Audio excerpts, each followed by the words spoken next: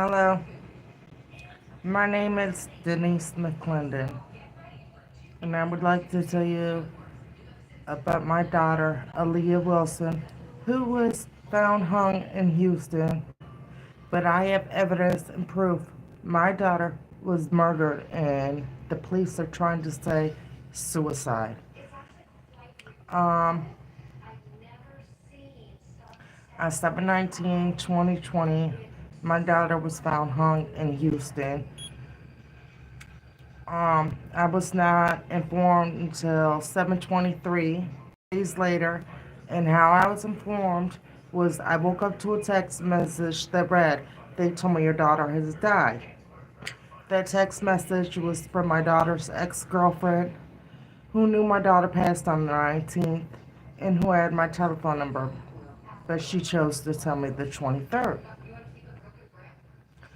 So my husband called the police. The police said they confirmed it. They were looking at file.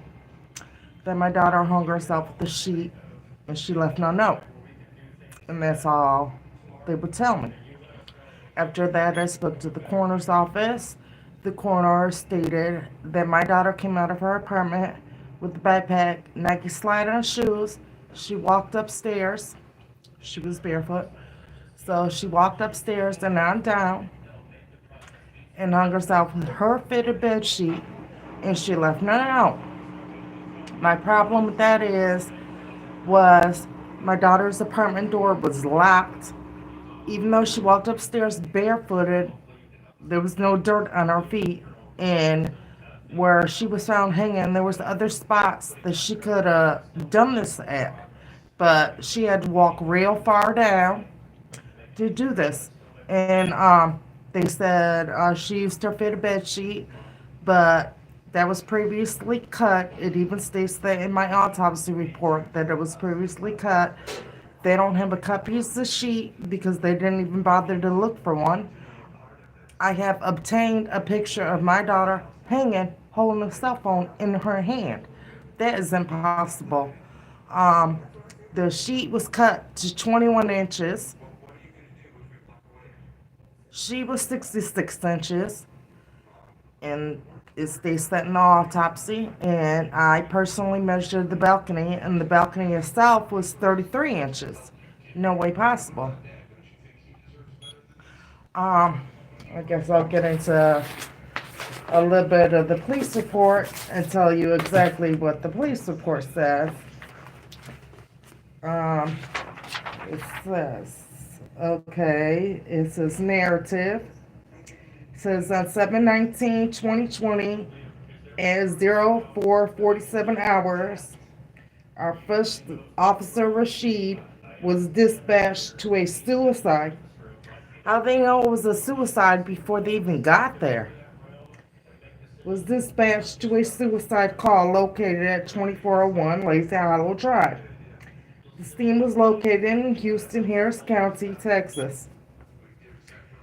I arrived on scene at 05:03 hours and observed HFD already on the scene.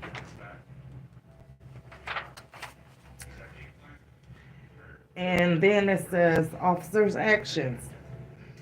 I arrived on scene at 05:03 hours and made contact with HFD, who was already on scene. HFD and E060 and HFD 0A060. I then observed the complainant's body hanging from the second story walkway railing above the complainant's apartment. I spoke with HFD T. Mars, who stated that he called the time of death at 4:43 hours. HFD on scene then informed me that they had contact with the complainant in the past. Last time was a few months ago. HFD also located a backpack with the complainant's belongings, her Texas driver's license, and keys to her apartment. HFD stated that the complainant was identified as ALIYAH Wilson. The complainant's listed address and apartment is 241 Lazy Hollow Drive, number 131A, which was directly next to where the complainant was found hanging. I spoke with the reporter and collected his information and statement. I observed mail on the ground directly in front of the complainant's apartment. Observed mail with the complainant's name and address. Um, and it says they found mail with two other people's names on it, which they don't exist on any type of social media because I put their names in and they don't exist. The keys found in the complainant's backpack fit the lock of the complainant's apartment. I then conducted a welfare check and cleared the complainant's apartment. While inside the complainant's apartment, I did not see any medication, narcotics, or suicide note in plain view. The apartment appeared as if only one occupant lived inside. It is unknown at this time if anyone else lived with the complainant. They didn't even bother to check because there was a blow-up mattress in her closet and she was neat, so she wouldn't have just left the blow-up mattress in her living room. So how can you say nobody else was there? I then contacted the HFD Homicide Division and spoke with Officer McDonald and explained the circumstances of the case. Officer McDonald informed me that a homicide unit would not make the scene at this time. Officer McDonald did inform me that the complainant had had a previous case where she attempted suicide. Now let me explain that. They said in 2018, my daughter took a bottle of ibuprofen pills and tried to commit suicide. No, she did not. She took the pills. Yes, she did. I spoke to my daughter. This is when she met her ex-girlfriend, and she stated that she was trying to get the ex-girlfriend to come home from the club, so she took these pills. And she let me know it wasn't to kill herself. I even have a video of this ex-girlfriend who says that she took these pills, and then she was like, and you know why she took these pills? You know why? To get my attention. She was such an attention seeker, and it's like, nothing about my daughter wanted to kill herself. But this is what they're saying, and they obviously did not care about the video. Because I have plenty of evidence that says ALIYAH Wilson was murdered, and nobody is looking into it. I have an EMS report that states at 4:53 a.m. they got a ride to the patient, my daughter. But at 4:43 a.m., they pronounced her dead. How you pronounce her dead before you even arrive to the body? Then the report also states her skin was mottled, which means blood vessels forming. And it says her skin was cold and her extremities were showing signs of rigor mortis. It takes a while for rigor mortis. And obviously rigor mortis set in. That's why she was holding a cell phone. Well, anyways, I called down to Houston, and I got this, I called down to Houston to this EMS place, and I got a doctor, and I got him recorded. And I asked him about the times that were different, and he said that it must be a typo. They tell me anything, so I'm like, okay. I said, can you explain to me why the coroner said my daughter's body temperature is 96.7 when I called the coroner's office.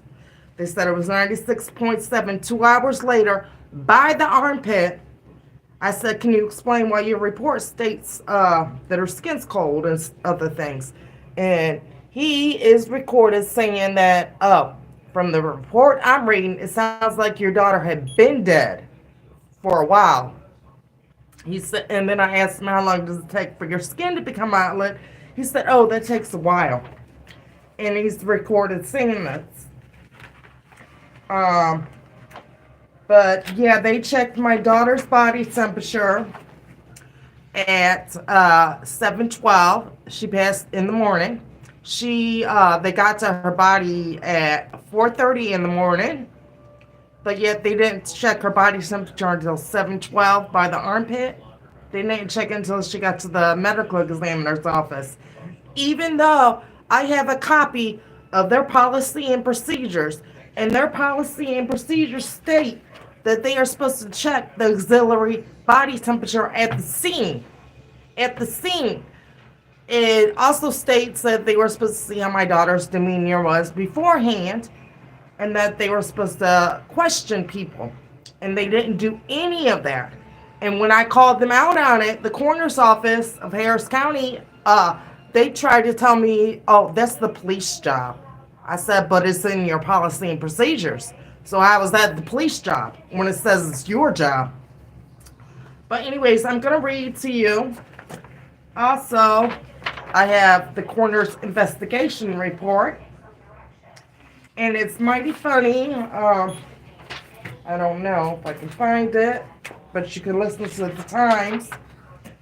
It's mighty funny. The security guard that they questioned, and in my police report, his times that he got to the body, I'll read you a statement in a minute, but it states the times he got to the, he made his rounds, seeing no body, to when he made his rounds an hour later and seen a body.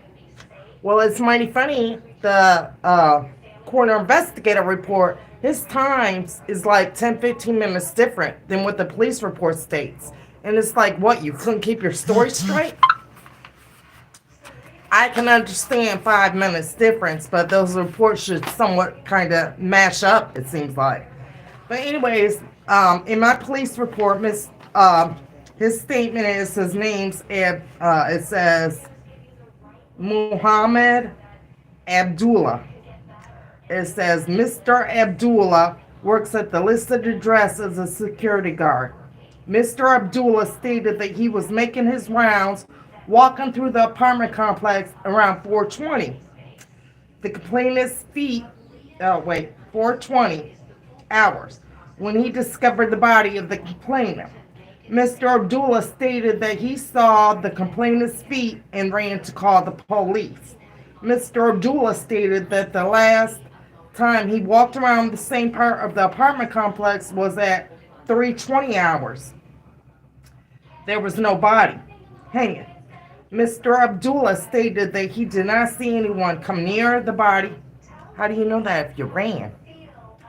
And stated that there are no cameras in the area where the complainant's body was discovered. No cameras in the area. I walked the grounds, and if he was a security guard and walked the grounds, then he would see people have balcony cameras. They had doorbell cameras. So what does he mean, no cameras in the area?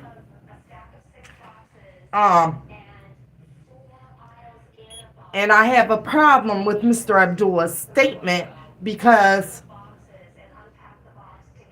you ran to call the police, but yet you took a picture of my daughter holding a cell phone in her hand, but yet you ran to call the police. That don't make sense. Let me see if I can get if this is. Hold on, that's just notes. Okay, here we go.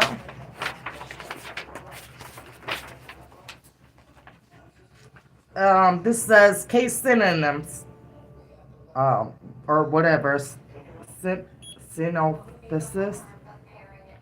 It says scene death of a 22-year-old black female who was found fully suspended from the second floor steel fence in her apartment complex courtyard. A black bedsheet was used as a ligature around her neck. No suicide note on scene. History of suicidal attempts by overdose. So you mean to tell me my daughter, when she was alive and she was like 13 years old and would always run away from home, when she ran away from home, she'd leave a note. But you're going to end your life and leave no note? Descendant's physical exam. The descendant was observed covered by a small plastic sheet placed by HFD. After removing the sheet, the descendant was observed fully suspended with a black sheet used as ligature around the steel fence and around the descendant's neck. The descendant was clad in a t-shirt and pants. There were no abnormalities palpated of the head. A slight dark discoloration was observed of the bilateral eyes. The oral frenula appeared intact. A ligature impression was observed of the neck. Her arms extended down from the shoulders and her hips extended down from the hips. Lividity was consistent with position found, and rigor was easy to break. Property was removed, inventoried, and submitted. Then the scene observation. Forensic investigator Y. Chung arrived at 2401 Lazy Hollow Drive, Houston. The scene was in the courtyard area of building 22A of the Village of Piney Point Apartments. There were no visible surveillance cameras in the area. The scene to the right of the laundry building, 27A, located in the center of the courtyard. The descendant was observed fully suspended between apartment 132A and 133A. A black bedsheet was used as ligature around the second floor steel fence and around the descendant's neck. The black sheet was knotted around a steel rod, looped around a second rod, and then looped over the top of the steel fence. The metal fence was 3 feet tall. The knot tied around the metal rod was 32 inches from the second floor ground.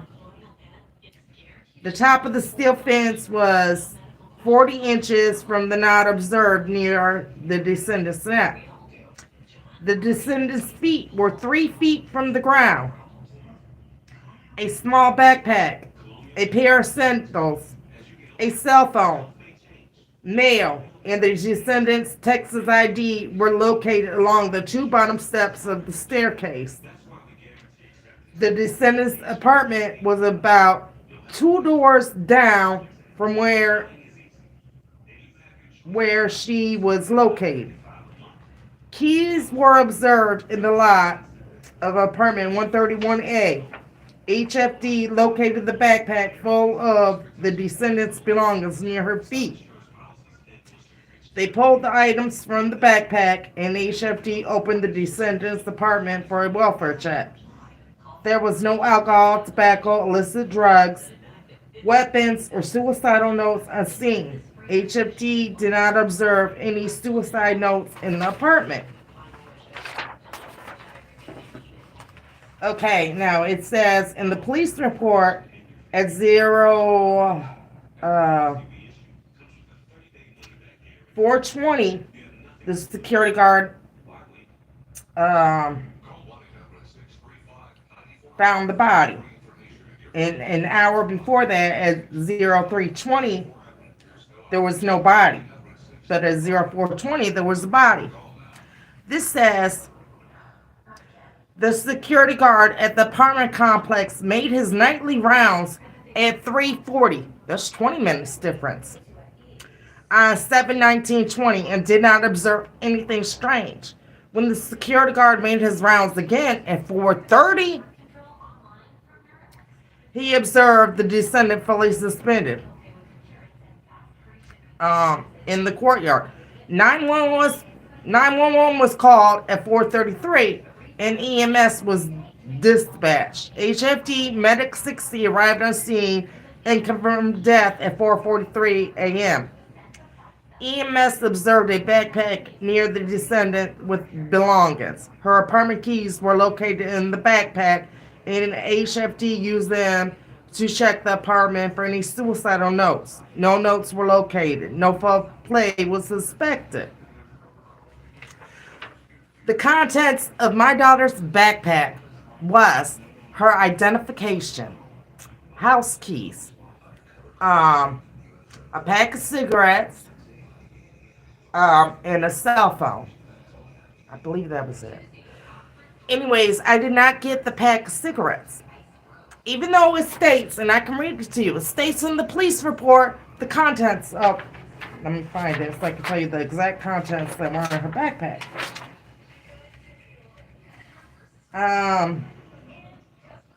Okay, now check this out. This is the contents that were in her backpack.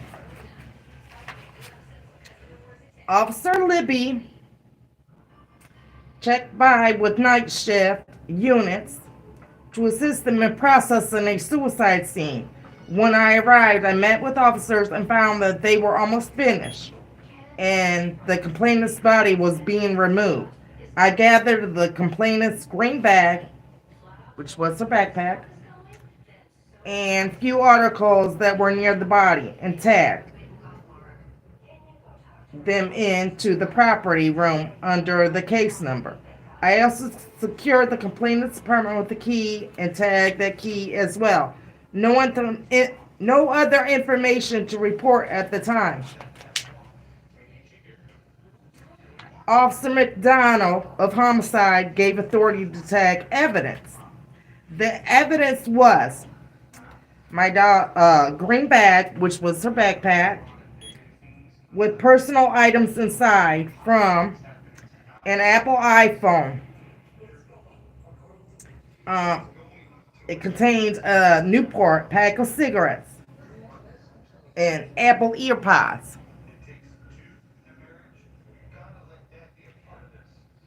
I'm just realizing it don't say anything about her ID or house keys right here. Because yes, it did have Apple fully charged Apple earpods. Fully charged. Fully charged. Because it took 3 months for them to die after I received them like a month later. The pack of cigarettes. Now you I'm sorry, but I read to you that there was a pack of cigarettes in there. It says nothing about, they marked those as separate evidence. It's stating that that's what they marked as the green bag. I did not get the cigarettes. I talked to Officer Morrison of homicide, and he told me, oh, we marked those as separate evidence because $1 million could have been in there. But you didn't check the front zipper part of my daughter's backpack. That contained 2 tubes of lipstick. Could have been $1 million in there. It says nothing about the zipper in the front. Thank you. Thank you. So, we got that. Then, I go to the doctor's, I believe 2 more days tomorrow, which I can't wait to go. I basically made an appointment because I want to take her, my doctor, I want to take her this toxicology report I got. This toxicology report I got, they have on here. This drug, I cannot pronounce the name of it, so I will spell it. It is BENZOY,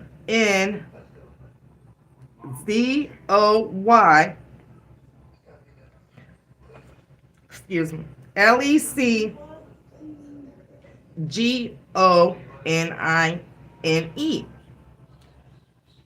The coroner's toxicology, it just says positive, don't have levels. But I paid for an independent toxicology report where they told me to test for hundreds of things. I paid $750, and it's got levels. And it said the reporting limit, which should be in her system, is 50. but there was 933 in my daughter's system. I want to get information on this drug because talking to people, Googling it, I basically have to talk to my doctor to find out because they check my daughter's blood. Usually this drug is secreted out your urine. It's like a substance of cocaine. They find that cocaine is secreted out your urine. But they check my daughter's blood. So, which is different. And I was told it would be different since they checked her blood. So I got to find out what that's about. And I sure will let y'all know.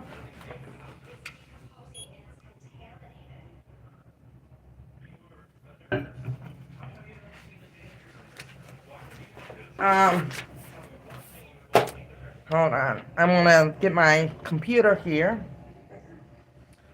Because I want to let y'all listen to a voice clipping I have. Now, nobody was asked any questions at all. And, but the police will tell you they investigated. But how did you investigate with no questions to nobody? Do not understand that. I was on TikTok yesterday on this lady's live, and I don't know if people believe in it or not.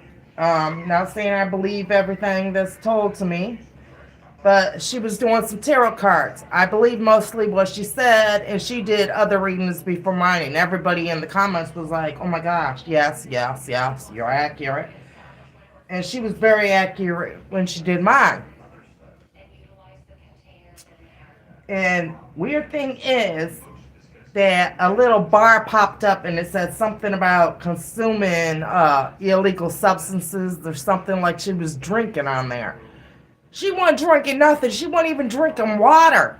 It was like her hands were completely like I am. And it was like, but that popped up. They restricted her live. She went from like 60 people watching her to like, I want to say 23 people. It was like, oh, wow. Okay, let me see. I'm getting to it. I shared it at the top, so. Okay.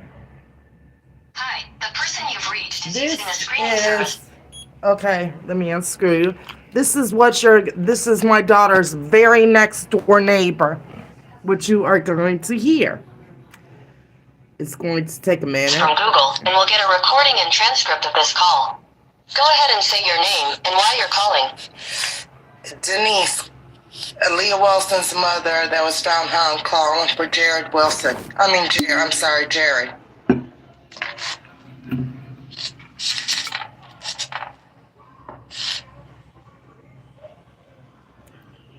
Hold on, it takes him a second to answer.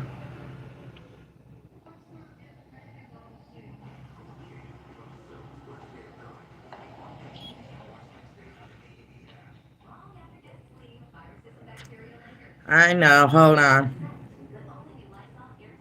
It takes a second.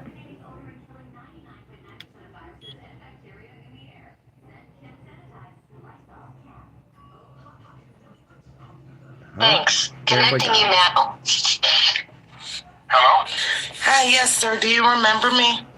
I do. Okay, that's good. Thank you. I'm calling because I received a phone call from the police when my daughter had passed away, and they told me they had an eyewitness that the girl, Courtney Brown, busted out ALIYAH's window, and they said it was her neighbor. So I was like, okay, well, it must have been you. Am I correct? Yeah, I did see Courtney bust out the window, yes. Okay, because it's not listed in my police report at all. They left out a bunch of information, like a Lieutenant Ronald Sweet. I got emails between him. He's not listed in the police report or anything.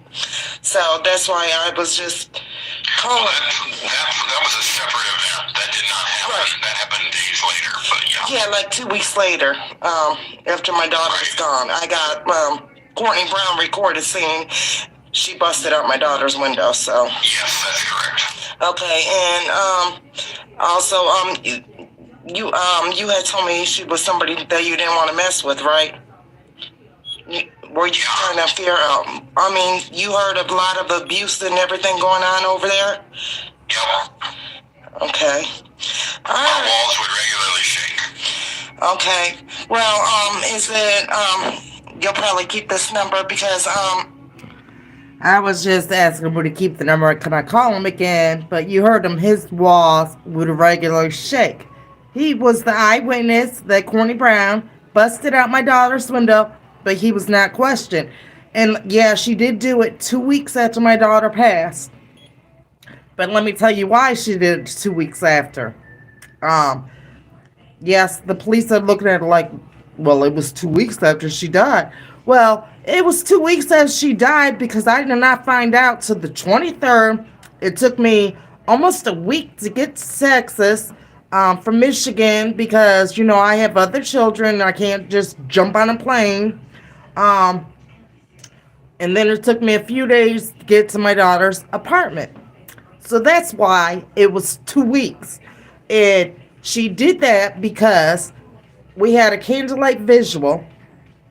The Black Panthers threw a candlelight visual, and at that candlelight visual, I mentioned a bag of soaking wet towels I found in the apartment that were not smelling or were not drying.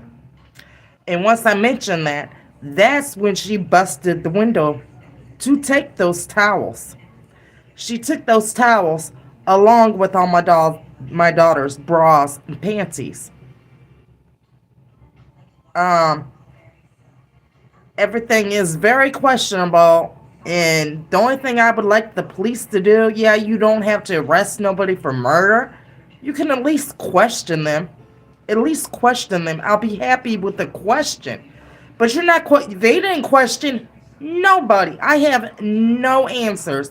Just my knowledge of the research I've done and the things I have found. And I've kept my recordings and everything. And let's see here.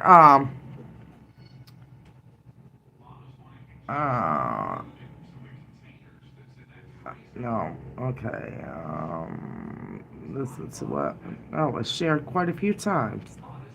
Facebook crazy. I shared that phone call with the neighbor, and it shared it like, I don't know. I want to say like 10 times. Okay.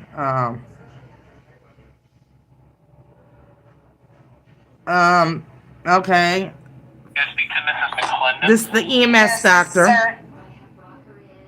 is Dr. Thester for the Houston Fire Department. I was just calling you back about the time that I think there was a question about. Yes, sir. It says that they arrived to the patient at 4:53. And then it says they declared her dead at 4:43. Yeah, I am wondering if there's a typo there because that wouldn't make sense. Well, I believe it's I believe, and I have a hospital documentation that states that my daughter, well, one of the hospital documentations is dated April 16th, 2020, and it states that my daughter slit her wrist. But there's no indication of that on the autopsy silhouette of the body. It has childhood scars, like when she cut on her arms, but nothing from no marks on her wrist if she supposedly tried to slit her wrist. And then the hospital record, I have one dated April 30th, 2020. And it says she went into the hospital for pain to extremities. And then she told the nurse this story about somebody came through my apartment window last night. Well, I have a statement of my daughter's dated May 4th, 2020. And she is saying that the ex-girlfriend came to her apartment and bit her finger to where she could barely move it. And then she told the statement about somebody came through my window last night. Why is the hospital record dated a month ahead of time? How does she know somebody's coming through her window? So I do not believe that this is a typo. I mean, this is like a professional paperwork that y'all are supposed to like double check. I mean, I have friends that like I had write a timeline for me, and he sent me the timeline like 2 or 3 times to make sure that that there was no typos, everything's correct. So I mean, So this report's filled out by the medic on the scene. I don't know. Unfortunately, I can't speak to anything about your other documents. I can only tell you what I'm looking at today. So, and this was several years ago. So, I mean, my only guess is that it's a typo because if he arrived on the scene at 4:53, it says 4:43 time of death. That was maybe an error. But yes, I don't know if it makes a big difference, but those 10 minutes, that's kind of what I'm thinking happened. But again, I wasn't there. I don't know. I don't really know what else to tell you, unfortunately. Okay, well, if you're a doctor, then can you explain to me how her body temperature would be 96.7 at 7:12 in the morning when this report states, the EMS report states that her skin was lit, her extremities were showing signs of rigor mortis, and her skin was cold?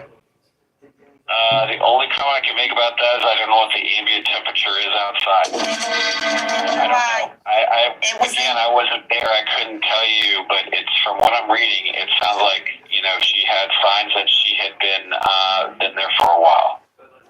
Okay, thank you. That's what I believe. Also, that's what everybody believes. Because if your skin is mottled, doesn't that take a minute for it to become mottled? Oh, it takes a while. So what I would tell you is this: just because we put the time. Okay, do you hear that? And I don't believe the time of death in the time that you got to my daughter's body is a damn typo. What, you made a typo twice? That don't make sense. I can see, because what, at 4:53, there's no 4:63, no such thing. So what, 4:43, and then you pronounced her dead at 4:43. What, you pronounced her dead right when you got to her body? Don't make sense. Don't make no damn sense. And these are medical papers. You're supposed to be precise on them. Okay, let me, and what I don't understand, and what I was talking about, let me get this one, the medical record. Let me read you when they said, see, they tried to make my daughter look mental. Let me read to you that when she slit her wrist, when they said she slit her wrist, supposedly, there's nothing in the medical paper that they sutured the wrist, they bandaged it, they stitched it, it just says slit wrist. But that day, they diagnosed, and let me read to you what they diagnosed my daughter with. They diagnosed her with agoraphobia, alcohol abuse, anorexia nervosa, anxiety, bipolar disorder, bulimia, conversion disorder, depression, homicidal attempt, homicidal ideation, nymphomania, major depression, mania, mood disorder, non-compliance to medications, obsessive compulsive disorder, overdose, panic disorder, personality disorder, probably substance abuse, PTSD, schizophrenia, social anxiety, substance abuse, suicidal attempts, suicidal ideation. So you mean to tell me she's trying to kill herself, she's trying to kill somebody else, and y'all don't keep her? You don't put no 72-hour hold on her, you let her go? That don't make sense. And like I say, this is dated April 16th, or yeah, the 16th, and they said she slit her wrist. Well, how come it's not on the autopsy body silhouette? Just shortly after that, but she got childhood scars that on there that she did not need stitches for. That's on there, but nothing about she slit, nothing showing that she slit her wrist. Don't make sense. Oops. I also would like you to listen to these voice clip-ins that did this. And for the new people, I believe the ex-girlfriend Courtney Brown, aka Chris Brown, Chris Breezy, set my daughter up to be killed. I believe Demetrius Goff, aka Surat Goff, killed my daughter. I believe Michael Dozier was the man's strength to hang my daughter, to help hang her. So, and something else that don't make sense to me is I had to get on my daughter all the time for answering my door in a sports bra. So, in all the pictures I have of her, she's dressed very sexy, showing her body off. So you mean to tell me, in July, in Texas, she's found hanging in some stretch pants and an ugly blouse?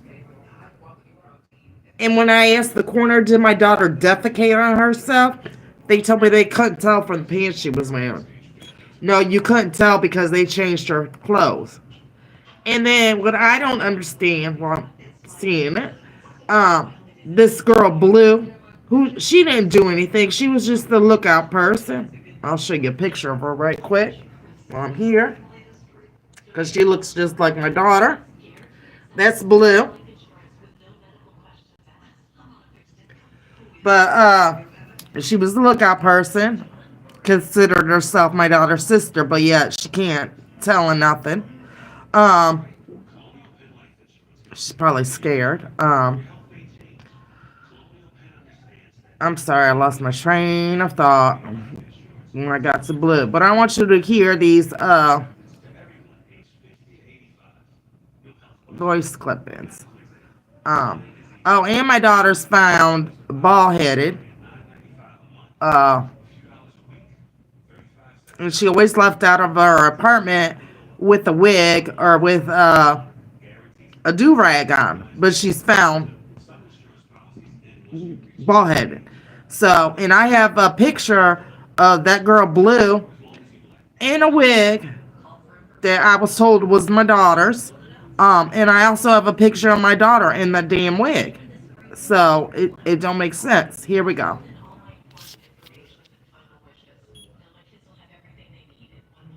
Sorry. Oh, come on, play. Give me 1 second. Okay. Thank you. Have a good day. Bye. Start it over. Wait, I think it's starting it over. They standing 10 toes behind me. Hold on. Who the fuck standing behind I'm trying to start it over because... Okay, there you go. Bitch, you didn't know shit about ALIYAH. You didn't know a damn thing about your daughter, bro. You only know of what's of her, of what people done told you. Other than that, you ain't know a motherfucking thing about that girl, bro. I knew that girl like the back of my hand. If her life was the motherfucking Bible, I know every scripture, verse, and chapter in that motherfucker. The fuck? You are fucking crazy. Get your life together, you disabled, disarmed. Who the fuck standing behind you? Sorry. Girl, get your shit I don't know together. what happened. Get the fuck off of fucking Facebook trying to play Judy B. Jones like you fucking investigating some shit like you the jigsaw man, bitch. Damn. You look fucking miserable, and that's why people laughing at your goofy ass. And that's why I'ma stay clowning your goofy ass, bitch. Bro, you finna piss me the fuck off like you already been doing with your dumb ass. Let me tell you something, you fucking crazy ass lady. Why the fuck would I kill your fucking daughter if I was with her for 2.5 fucking years, you dummy? You sound so fucking stupid. Whoever the fuck you got helping you, whatever all the fucking evidence you so-called have is a bunch of bullshit. And you can shove that shit right up your motherfucking ass and take that shit with you to your daughter's grave, my nigga. That's how the fuck I motherfucking feel. Fucking playing with me, Miss Denise. You steady asking for get cursed out, bro. I've been trying to be nice, and be respectful, but fuck that shit. Fuck you. Fuck what you talking about. Again, fuck you. Fuck what you talking about. I don't give a fuck what you talking about. Fuck the Black Panthers. Fuck whoever helping you with all this bullshit ass evidence you so-called claim you got. And fuck what you talking about. Bro, ALIYAH been dead for 2 months. 2 fucking months. If your dumb ass would have never cremated her body, you would still have a way to find out who the fuck really killed her or what really happened to her. But no, you don't. So stop coming for me, bro. Stop coming for me if I did not fucking send for you. And that's just point blank period. I don't give a fuck who you tell. You call the police, you call lawyers, a witness. I don't give a damn who you call, bro. I don't give a fuck what you typing. I don't give a fuck what. Okay, and so what? I broke her window after she died. I broke her window like what, 2 weeks after we all found out she passed away. You dumb crazy ass lady. What the fuck? Girl, wasn't nobody harassing Aaliyah. She wasn't trying to buy no gun because of me, bitch. She wasn't even worried about me at that motherfucking me time. The fuck? Wait, no, you ain't get words from shit. Shut the fuck up. You sound stupid. Hell no. Cause for why? You sound retarded. And you gonna continue to sound retarded, dumb as fuck. You can't accept the fact that your daughter committed suicide and you wanna sit here and pinpoint and blame out all the people or the closest people that was to her that wanted nothing but the best for your daughter. Girl, shit your ass down. Because if you really cared and loved Aaliyah, you would have been there for her back then instead of being right now, trying to be here for her right now. The fact that she's fucking dead and gone and in that damn in that damn urn. How about you open up that urn where her ashes is in and fucking look and take a look and see who really fucking killed her. Bitch, she did. I don't give a fuck what you talking about. Stop talking to me, ho. Blocks. I don't give a fuck no more about what the fuck I told you. Yeah, I told you Blue had the journal. She said that. And then when I backed door and asked her, she said she didn't have it no more. What else am I supposed to say if she said that? I'm not finna drag that girl into the mud and be on her ass about no motherfucking journal. That's a grown ass woman. You wanna talk to Blue and get in contact with her about this bitch ass so-called journal? Bitch, then you call her. You hit her up. You got her social. You got her number, goddammit. Stop fucking playing with me. I said Aaliyah wanted her to have it. Did Aaliyah say those words to me? No. Did Blue? No. I just personally felt like since Blue was that close with Aaliyah and that was her play sister, she wanted Blue to have the journal. Now, as far as Blue getting rid of the journal, not having the journal no more, I don't know. Ain't nobody told me shit about no motherfucking journal after that. Okay? So your point of the matter is what? What is it? What is it? I don't know who everybody is. I don't know what the fuck Blue said. I don't give a fuck what Blue said. I don't give a fuck what nobody else think. I don't give a fuck what nobody else talking about. So with that being said, you can find it mighty fucking funny all you want to, but I'm gonna find it mighty fucking funny when you get this whole fucking case closed down and slapped in your fucking face for being stupid and not realizing that your daughter committed suicide and you blaming and trying to make false allegations on the wrong people, you dumbass bitch. You know you can get in a lot of trouble for that shit too. And I'm gonna let you know my mama friends with an attorney. So I hope you got all your facts and information gathered, whatever the fuck you need, and I don't give a fuck what you're talking about. Point is, you gonna leave me alone, regardless. That's it. Period. And I got friends, witnesses to vouch for me and let you motherfucking know that I ain't do motherfucking thing to your daughter, you dumbass, psycho ass, crazy ass bitch. And you're right. I'm going to continue to enjoy being a manager because I have to go on with my life. I have to live my life because I'm still living and breathing. I got to do shit for myself. I got to make it out here. You know what I'm saying? Like, lady, get the fuck, bitch, because I got a lot of shit going on for myself. Okay, I'm about to get a car. All this good shit is going on. Christmas is around the corner. I got shit to do for my family, buy gifts and shit for my mother and all this. So what you talking about is irrelevant, and what you been talking about been irrelevant. Like, bitch, I've been ignoring you, but today you got me fucked up with this whole memorialized because I don't even have the time for that. Who the fuck? What girl? Oh Jesus, Lord help it. Okay, goodbye. And another thing, Facebook did that shit, okay? Did nobody else do that shit to Aaliyah's page? The more you tag her in something or mention her page in something, they know for them not to delete the page, they memorialized it so nobody could delete the page. That's what they do. They did it with King Von on Instagram. They did it with Mo on Instagram where they memorialized his page so the page won't be deleted, bro. Like, get your facts straight. Make sure when you're doing your private Junie B. Jones investigation, you're getting your facts straight because you sound so stupid. You sound so stupid. Like, really, please go get you some help and stop being Detective Junie B. Jones and playing Facebook police investigating on Facebook like you some kind of goddamn detective. Go take your ass and go take care of your kids, baby, and go grieve in peace and go on about your business. The FBI seen your evidence. The mayor, Sylvester Turner, seen your evidence. HPD seen your evidence. The Shay dude that interviewed me seen your fucking evidence, and you are still not getting any kind of assistance, bitch. Please tell me, where is this going? No fucking where, so let that shit go, bitch. Okay, this conversation is over. We don't have nothing else to say to you because all you keep doing is saying the same shit repeatedly. Baby, you have a mind of a child, and I'm not gonna go back and forth with no child, okay? Bitch, I'm 25 years old. I'm fucking grown. I got shit going for myself. Look, I'm living. I'm breathing. That's all that matters. At the end of the day, I love your daughter. She loved me. Hey, she went out with a bang. That was just that. Period. That's all she ever fucking wanted to do was be at peace. And it's sad because you yourself as a mother don't even know that about your own fucking child, bro. So with that being said, toodaloo, motherfucker. And I hope you get the help that you need. Your best bet, bro, is to go on about your business, dog. Because bro, I'm God. Everybody knew I was the love of your daughter's life, bro. I swear. And if it was not for me, ain't no telling what would have happened to ALIYAH or what could have been happened to her.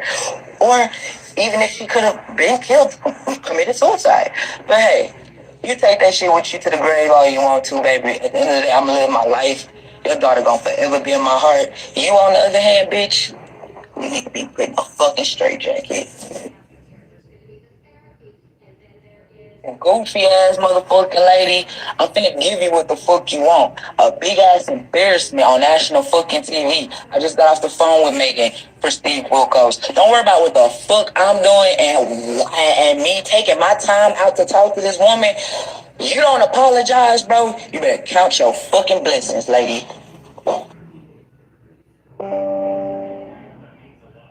Mama, it hurts when I breathe. I want to go home. My chest hurts. My head got big. Sorry. That cut off. That was my daughter. I spoke to her. But in that, she said her head got banged in, her chest hurts. Why is everybody out to get her? She shouldn't have to feel that way. And I spoke to my daughter, and the story behind that was she told me that Courtney came to her apartment with a man and a female. They broke into my daughter's apartment, and they beat my daughter while Courtney stood above, watched, and laughed. The FBI, I will explain the story about them in a minute, but the FBI told me that the neighbor walked by that day and he heard my daughter say, "Are you ready?" You're damn right she said, "Are you ready?" She's not just gonna stand there and let somebody beat her. She gonna try to defend herself. She ain't just like, anybody gonna be like, "Are you ready?" The story about the FBI was they got involved last year, October 19th, or it was the year before, actually. October 19th, they got involved. And the FBI, John Shemp, I called to make sure he was FBI. He was, of Houston. He called me and told me he received a packet of my evidence, which was all these screenshots I have, voice clippings you just heard, and more. And he said that his boss said something's not right about the case, that he needs to get a hold of me. And that's why he was calling me. So then he asked for my daughter's cell phone, which is locked. But like 3 separate times, he said he was trying to get a hold of the FBI here in Michigan, where I live, so I could take it to them and have them send it to him in Houston. And like 2 weeks went by, and it seemed like he was taking too long. So I asked him, I said, "Do you still want my daughter's cell phone?" He said no, because the Black Panthers had it, and they could have put an encrypted text on it. They tell me anything. You hear what they told me about times of death. So I'm like, okay, whatever. So then I asked him, I said, we were discussing about the box spring to my daughter's bed was missing. And he came to me and said, crackheads will steal anything. I said, you mean to tell me a crackhead stole, pushed a brand new mattress off and just stole the box spring? No. So I shut him up. Then he came to me and told me there was no dirt on my daughter's feet because the day before they blowed the steps off outside. I'm like, what? So I open record his investigation report, which I'm allowed to do, and it came back that no such report was found. So I went a step further. I called the coroner's office because they document everything. And he said he spent hours there, viewed my daughter's autopsy photographs, but they have no record of this man showing up. So I'm thinking that within them 2 weeks, he didn't investigate nothing. Somebody told him to leave it alone. So what I'm doing is trying to pull up this other one because we all heard her say on the last ones. Oops, hold on. I'm trying to pull it up. We all heard her. Damn it, they got out of it. But we all heard her say on the last one that she's forever going to love my daughter. My daughter's forever going to be in her heart. Well, if that's the case, let me get back to this voice clip in. Hold on. I want you, if that's the case, then why she say this?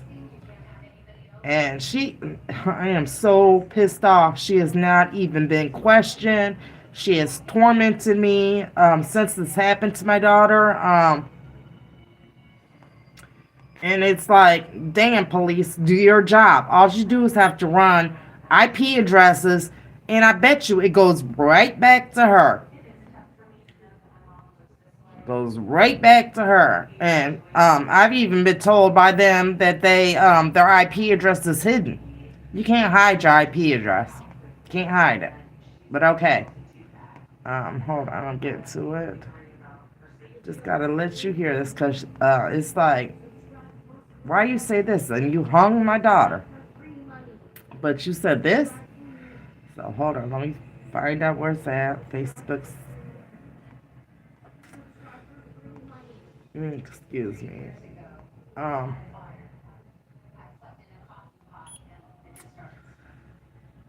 Sorry, I had it pulled up and I had got out of it.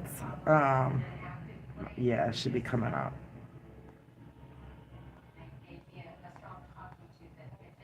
Yeah, she went as far as telling me, and I will read you screenshots I have.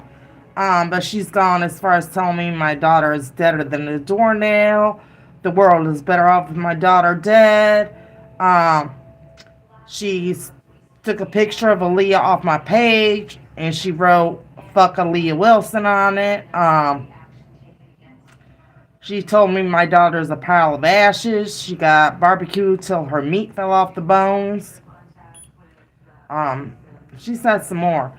And she said such vulgar stuff to me that a lady off of TikTok that didn't even know me or know my story, she did a video and told her how disgusting she was for talking to me like that.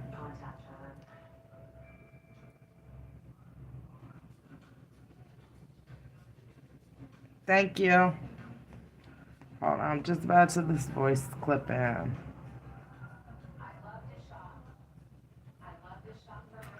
But yeah, it's like tripped out. Everybody on TikTok is do tarot cards, and there are tarot readers, and it's like, but you can't tell me, a lot of them cannot tell me nothing about my daughter. And I just look at it like a lot of them, or they'll sit there and block me, and it's like, y'all are so fake. Hold on, I got to it again. Wow, it jumped out of it again. Facebook is tripping. I will just basically, because Facebook's tripping, so I will basically tell you what she said. The love of my daughter's life She's forever gonna have my daughter in her heart, but she's calling my daughter a bitch and a hoe and tells me that bitch is crazy. I'm gonna get somebody better. And it's like, what? Okay, let me get to these voice clippings.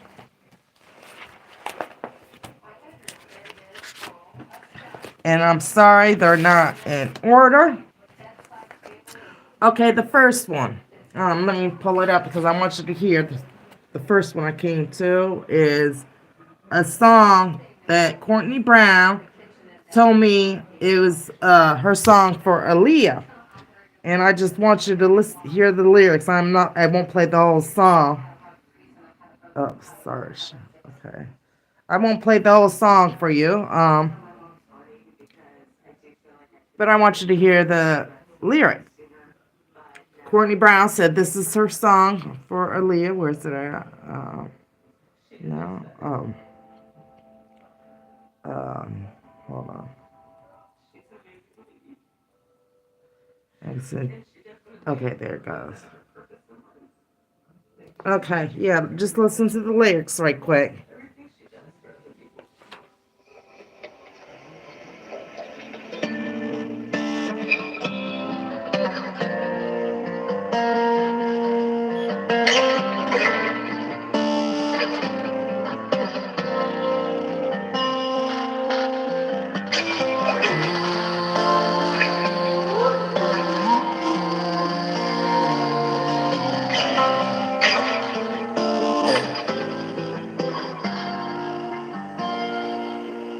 Heavy migrations. Maybe you'll find get what you're looking for. So thought it was me till you let us fall through. I could be to blame, gave up fighting for what I claim I adore.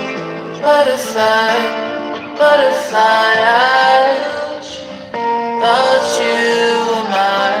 Butterfly, butterfly, I thought you were mine. Butterfly, butterfly, I thought you were mine.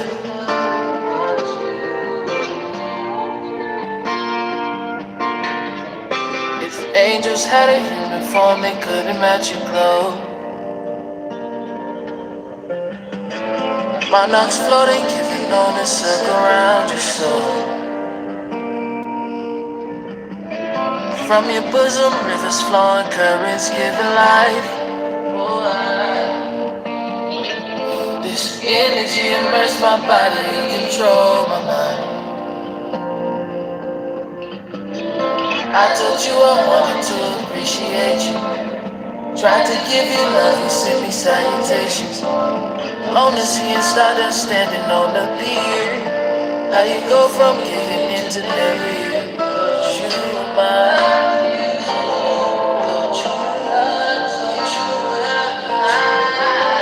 Butterfly, butterfly, I thought you were mine. Butterfly, butterfly. Okay, song. Ooh, it's a pretty song, but couple things I'd like to say about that. I thought you were my butterfly. I hope you find what you're looking for. And then something about if angels, and it's like she's sending Courtney in a roundabout way.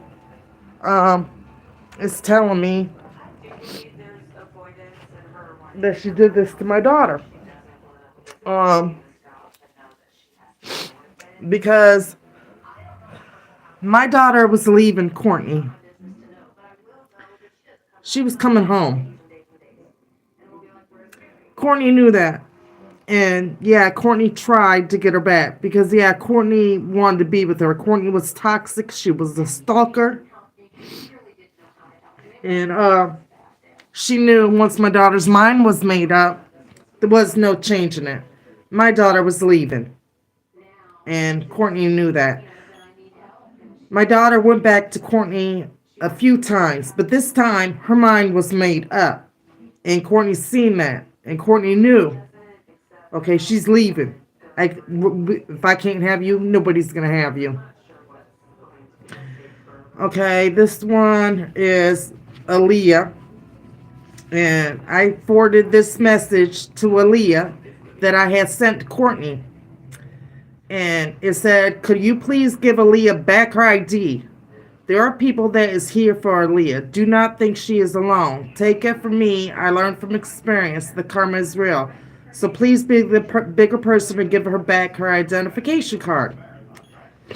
ALIYAH let me know a lot when I talked to her that Courtney either took her identification card or broke her phone.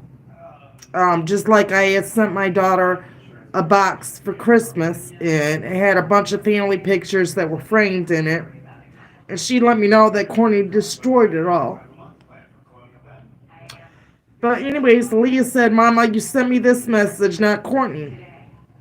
I said, I sent it to her and forwarded it to you so you could see what I sent her. And you were right. She looked at the first message, because I sent her two. I sent her and did not reply. ALIYAH, I told you she doesn't care. ALIYAH, Courtney assaulted me.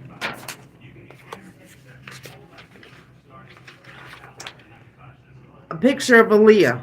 She's in a hotel room. I know she's bald-headed, but she don't go outside without a wig or a do-rag on.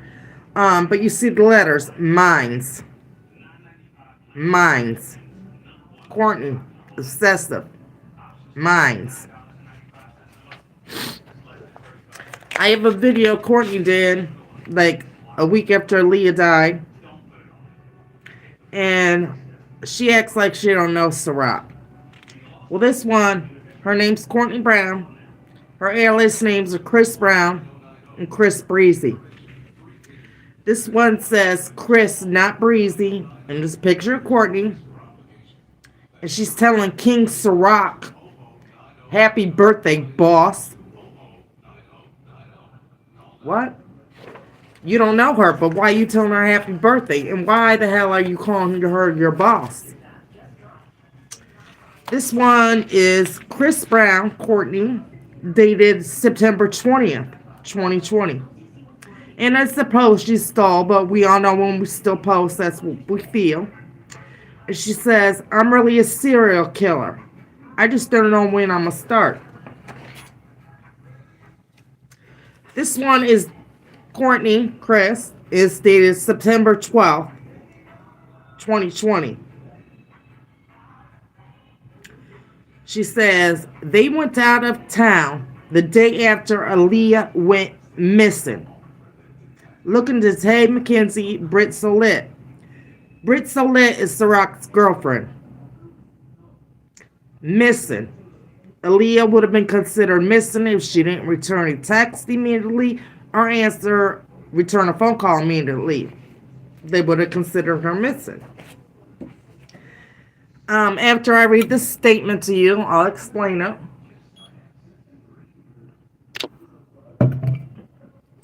This is the statement ALIYAH wrote, May 4th, 2020.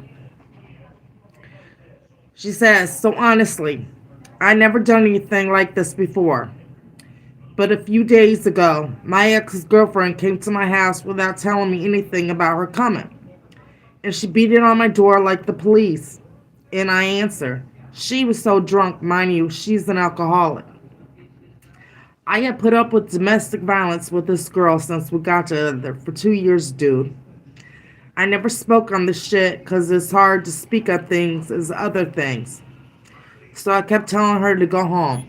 She would cry, then stop crying and ask me, why does she have to leave? So one thing led to the next. Me kissing her ass, just so she wouldn't attempt to hit me like she always does. I backed up in the corner so she wouldn't get close to me. So she swung off on me, and I tried my best to restrain her the best I could. She bit my fingers. I can barely move them now. Did all this because I wanted you to go home.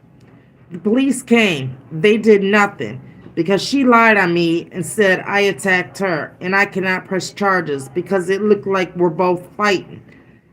After all this happened, mind you, my window is broke, and I got drunk to the point I made a subtle plan to hang myself last night without informing anyone because it was pointless. Everybody gets tired of me running to them about that girl.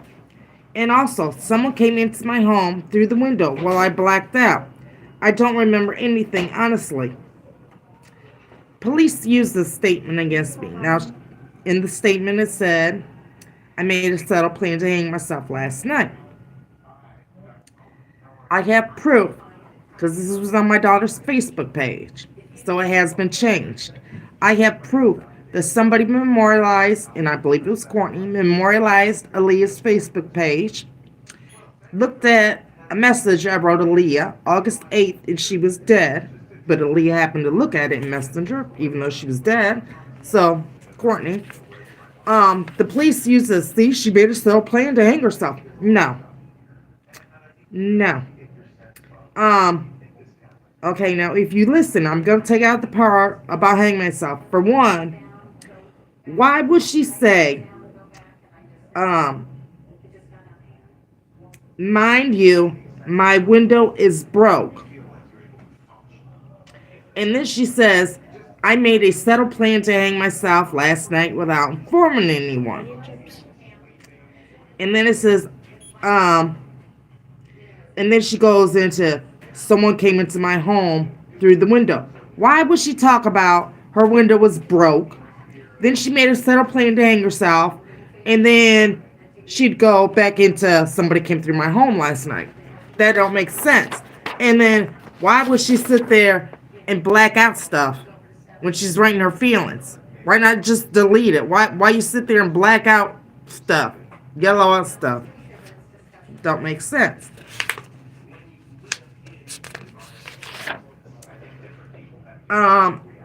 This one is dated July 24th. Yeah, day after I found out, 2020. Courtney sent me a picture of Aaliyah's kitchen in Aaliyah's bedroom and asked me what I wanted. I replied, oh my God, I didn't want anybody to enter. I am her mother. I wanted to see how she lived, maybe last cup of coffee. She said somebody sent me these. I didn't go in there. Blue sent them to her. And I asked her what the apartment number was. She had been texting constantly, but when I asked her what the apartment number was, it took her forever to respond. So I basically called the apartment and wanted them to change the locks, because I'm like, wait a minute, somebody was in there? And when the apartment complex, the maintenance went to go change my daughter's locks, they caught blue coming out of my daughter's apartment. That's why I know it was Blue that sent these pictures.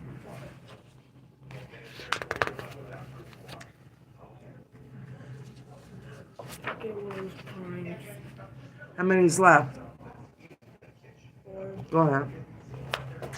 This one is dated August 9th, 2020. Chris Brown. Blue and I going out for lunch next week to talk about what you did to my daughter. That proves that you know Blue. And besides, if you write out Courtney's videos, because I got a couple of videos, if you write them out in transcripts, she slipped up and said Blue was her sister. You can catch her seeing a lot of stuff. This one, dated September 2nd, 2020. Chris Breezy. I'm a little murderer.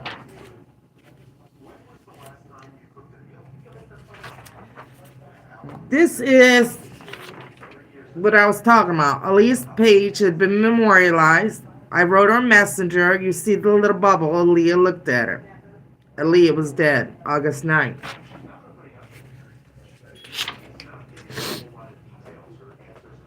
This one is the girl named Edna that I sent her a picture of Aaliyah's bedroom, and she said her stuff was definitely ransacked because she had been to my daughter's apartment often, knew my daughter was clean.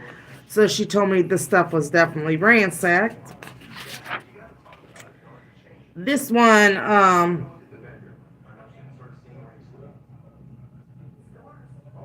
is dated September 9th, 2020. This is Courtney Crest. She says, have you got any new information on her death? Really? So the police aren't investigating anything? Like, it's frustrating me as well, because nobody is doing anything about this. This is going to become a cold case, am I right? This one is when she first met ALIYAH, Courtney, Chris Brown. And so it's like 2018 or something like that. And it says, good morning, Facebook. So I have a question from my friends and more. What would you do if you liked someone and they liked you back as well, and y'all both find each other attractive, but they tell you that they have a STD that's curable or whatever, but you really like this person? How would you go about the situation? How would you feel? Would you take that risk to be with them or treat them as if they weren't a human being? First response is, if they have an STD that is curable, why do they still have it? Courtney replied, well, I mean, like it's maintained with meds. Third reply, why wouldn't you treat them like a person anyways? My daughter openly had herpes. This is when she met Courtney, so I knew she was talking about my daughter. This one, Chris Brown, Courtney, to Blue Gadsden. I just want to say, happy motherfucking birthday. You was my girl twin, man.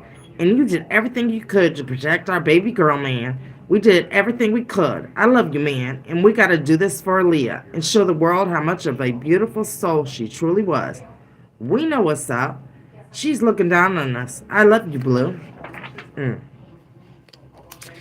This one is Chris Brown, Courtney. Suppose she stole on July 22nd, 2020. Strongest female, ate up everything that hurt me. This is dated July 28, 2020. This is when I was being nice to Courtney to get information. And she says, I remember I emailed her 57 times just for her to get back with me.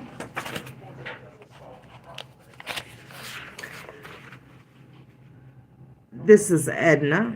She says, I completely understand. It was so much said that week before it happened. She didn't trust anyone either. We stayed 40 minutes away from each other, and she made it clear everyone switched up on her. This one, dated September 12th, 2020. Courtney, I have info about ALIYAH. Please call me back ASAP. I know for a fact who hurt your daughter. And I need to talk to a Black Panther or someone investigating this case for ALIYAH.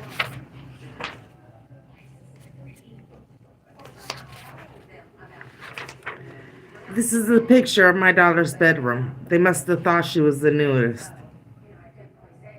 That towel on that bag on the ground is the bag of soap and wet towels.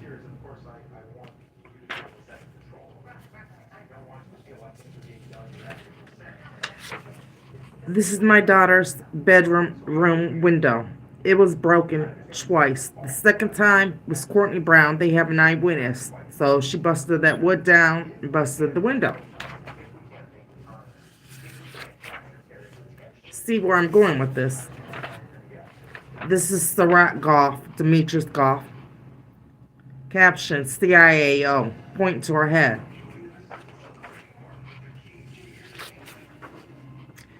Courtney Brown, caption, CIAO, point to the X on her hat. And her caption reads, being single has gotten me further than I was when I was in a committed toxic relationship. I prefer to be single.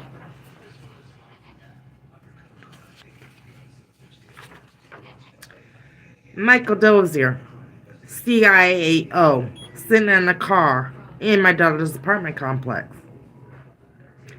Where I'm going with this is, I have proof all three of them know each other. And they talk in codes.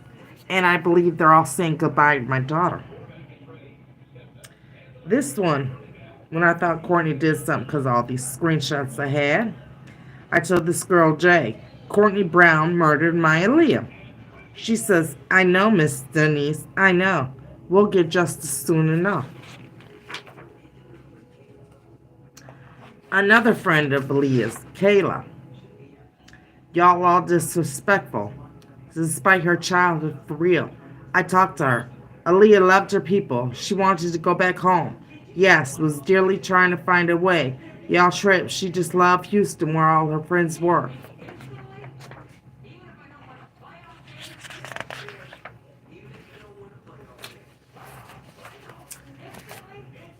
Alright, there was a few of them.